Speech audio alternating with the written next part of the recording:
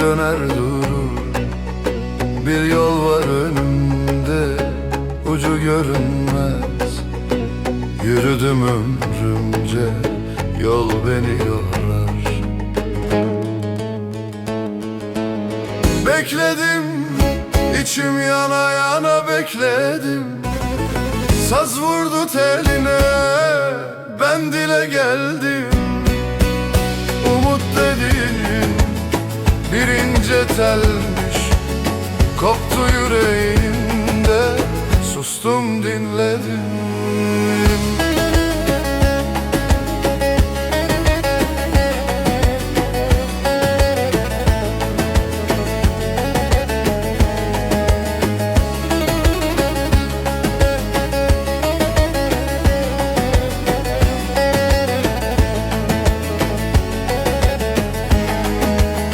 Gün geceye döner, gece sabaha. Her şey değişir de dert değişmez. Bir ses arar insan kendi içinde, duyar da kendini yine yetinmez.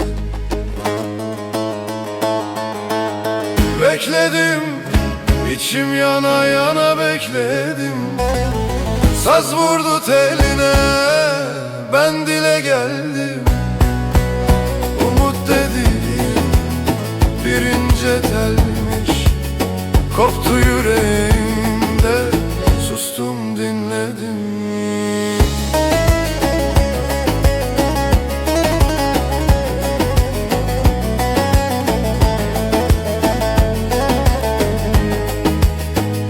Ne yar bekledim, ne de bir haber.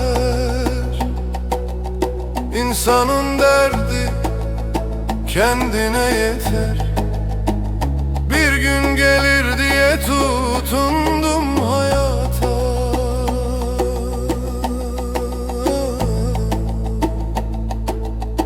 O gün gelmeden ömür biter.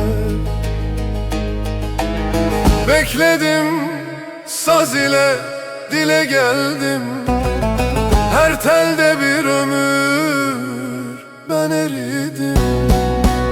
Zaman dediğim çalıp geçiyor, ben kaldım kendime yenildim.